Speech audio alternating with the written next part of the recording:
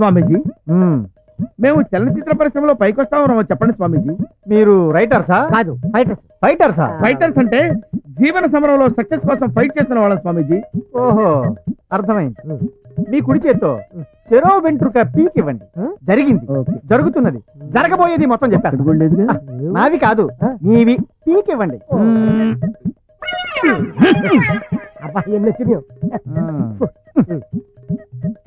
అబ్బా, తలస్నానం చేసి ఎంతకాలం అయింది? 1 వీక్. వెంట్రుకలు చిన్నగా ఉన్నాయంటే బుద్ధులు వంకరగా ఉంటాయని శాస్త్రం ఘోషిస్తుంది. కానీ అయ్యో స్వామి,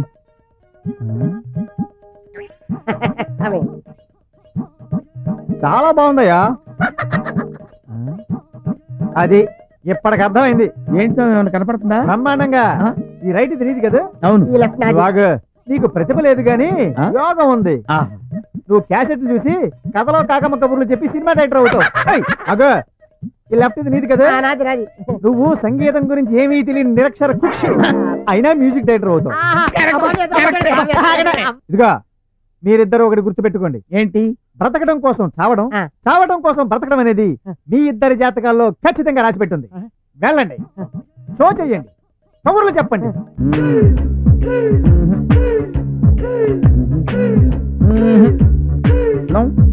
Come on, from that side. Yes, sir.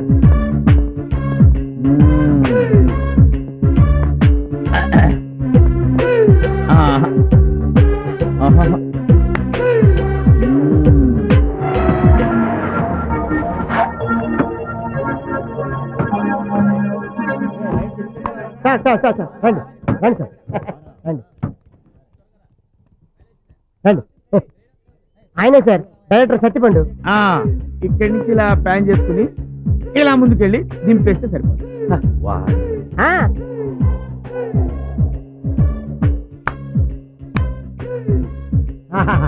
ఒక దాసనాథరావు, ఒక రాఘవేంద్ర, ఒక రాఘోపవర్మ, ఒక వివి వినాయకు, వీళ్ళు నలుగురు కలిపితే ఆయన ఒక్కడు. ఆయన పెట్టి యాంగిల్ అంటే తెలిసిపోతుంది కదా. రండి రండి చెప్తాను, రండి. ఈ రష్యన్ యాంగిల్ అయితే ఓహో, నో నో నో.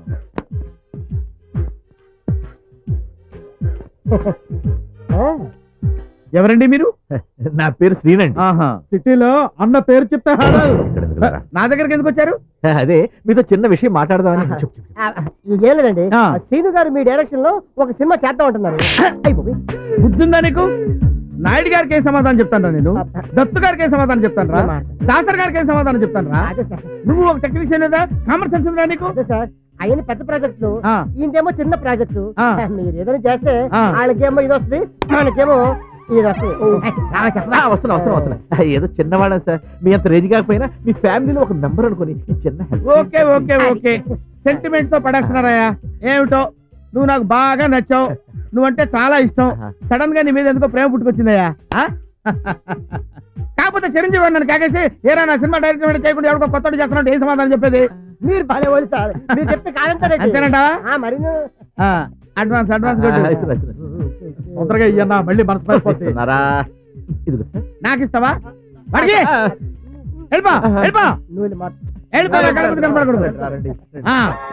సార్, నా బట్టలు ఇవ్వండి సార్. షూటింగ్ మధ్యలో బాత్రూమ్ కని బయటకు వస్తే నా కోటు నా టోపీ లాక్కొని ఈ ఫైల్స్ నా చేతికి ఇచ్చారు. నా బట్టలు ఇవ్వండి సార్, అవతల నా వేషం పోతుంది. ఇదిగో తీసుకో, టోపీ ఇదిగో. ఇప్పటికైనా వదిలేదు, నువ్వే మెయిన్ విలన్, వెళ్ళిపో. పెచ్చాళ్ళు పడిపోయారు.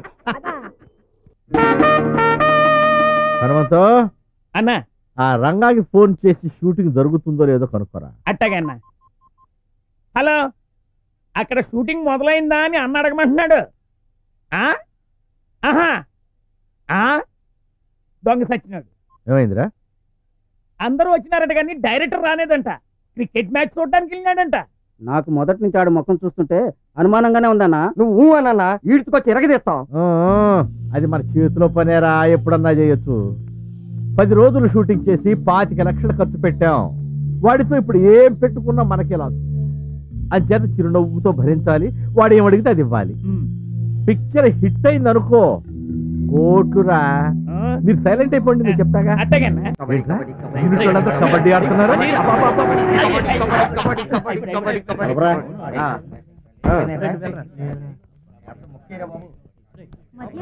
ఏమయ్యా సార్ షూటింగ్ వచ్చారా పిక్నిక్ వచ్చారా కులాసాగా ప్యాక్ ఆడుతున్నారు?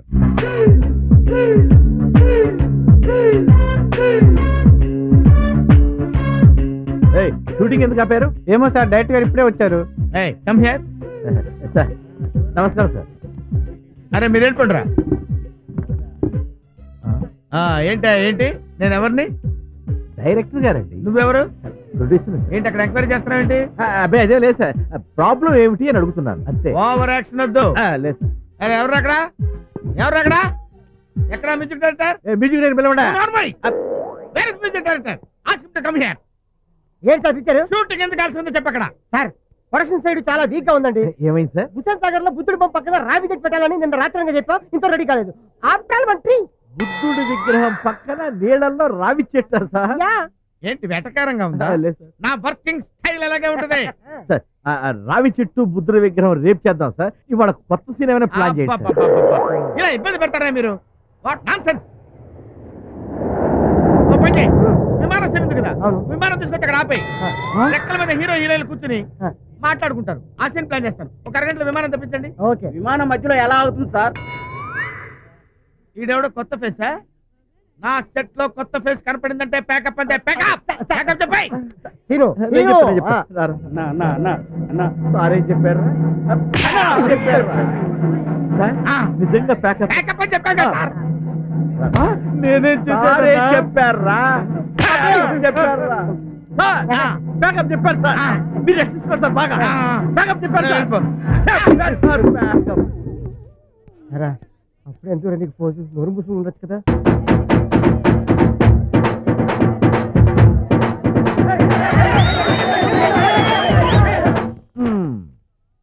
నేడే బ్రహ్మాండమైన విడుదల. ఆహా ఓహో ప్రొడక్షన్. చచ్చింది గొర్రె. భలే వేశాడా యాడ్ మాత్రం. రండిరా, నిద్రపోతున్నారా? చూడండిరా యాడ్ అంత గొప్పగా వేశాడు. అది సరేనన్నా.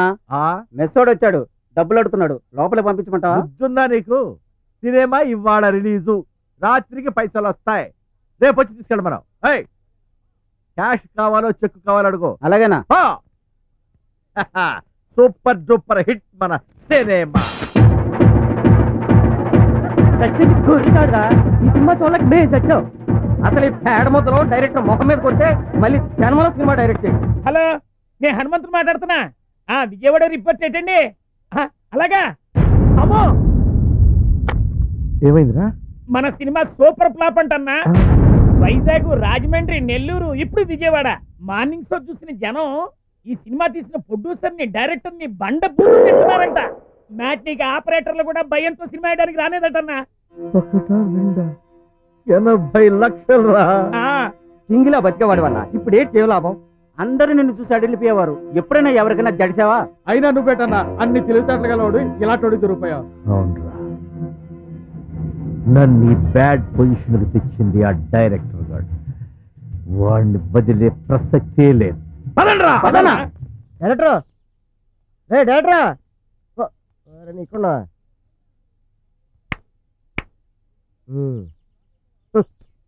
నువ్వు తీసిన సినిమా ఎందుకు ఫ్లాప్ అయిందని ఆలోచిస్తున్నావా?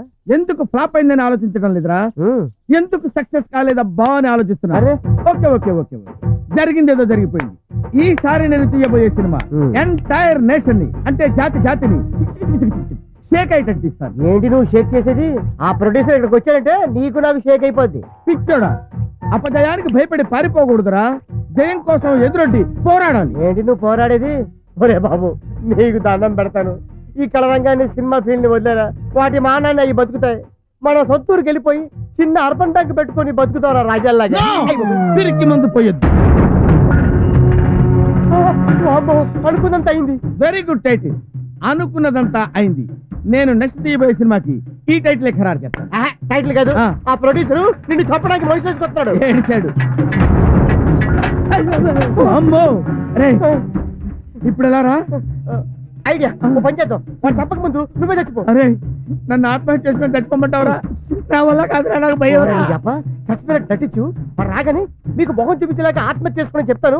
ఆ 2 బూతులు తిరిగి వెళ్ళిపోతాడు. ఆ తర్వాత నువ్వు బతిపోతావు. అంతేనంటావా? చచ్చిపో.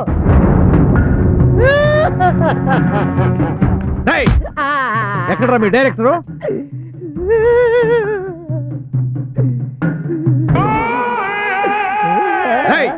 లేపరా వాడిని. ఆయన లేపక్కలేదండి. ఏమైంది? ఆయనే లేచిపోయాడు. మీకు జరిగిన నష్టానికి మొఖం చూపించుకోలేక కోట్ర పురుగుల మంది తాగి చచ్చిపోయాడు. ఇప్పుడు అర్థమైందన్న, ఆడు డైరెక్టర్ గారు పత్తి రైతు, అందుకే పురుగుల మంది తాగినాడు.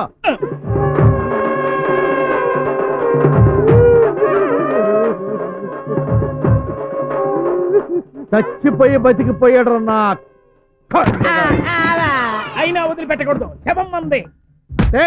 శవాన్ని తీసుకుని ఇంట్లో పెట్టుకోమంటావా? అది కాదన్నా, శివనాగేశ్వరరావు గారు సినిమా తెస్తున్నారుగా, వాళ్ళ సినిమాలో కొండ మించి సముద్రంలోకి శవాన్ని పడేసే సీన్ ఉంటుందంట. వాళ్ళకి ఈ శవాన్ని అమ్మేస్తే సరి, మనకు 4 డబ్బులన్నా వస్తాయి. ఏదో బాగానే ఉన్నట్టుందే. శవాలు అమ్ముకుంటే పోయిన దయ్యాలై పీక్కు తింటారు. ఇంకో ఐడియా అన్న, ఏంటి? రాజకీయాల్లో శవ రాజకీయం లాగా సినిమా ఫీల్డ్ లో కూడా శవంతో రాజకీయం చేస్తే, ఈ శవాన్ని మన సినిమా ఆడే హాలు ముందు పెట్టి ఈ సినిమా కోసం ప్రాణాలు అర్పించిన గొప్ప కళాకారుడు ఒక్క టికెట్ కొని ఈయన ఆత్మకి శాంతి చేకూర్చండి అని ప్రకటన ఇస్తే సింపతి కొద్ది జనం చూస్తారు, కలెక్షన్లు పెరుగుతాయి. అలాంటి ఐడియా ఇచ్చినందుకురా షాలిమార్ థియేటర్ ఫోన్ కొట్టా. అట్టగే అన్నా. మై మరచిపోయాను, అందాలతో నన్ను తూట్లు పొడి చేసావే.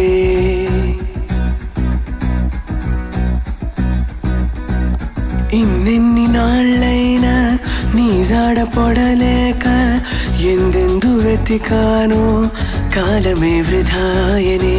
పరువాలని వెన్నెన కనలేని నా వేదన ఈ పొద్దే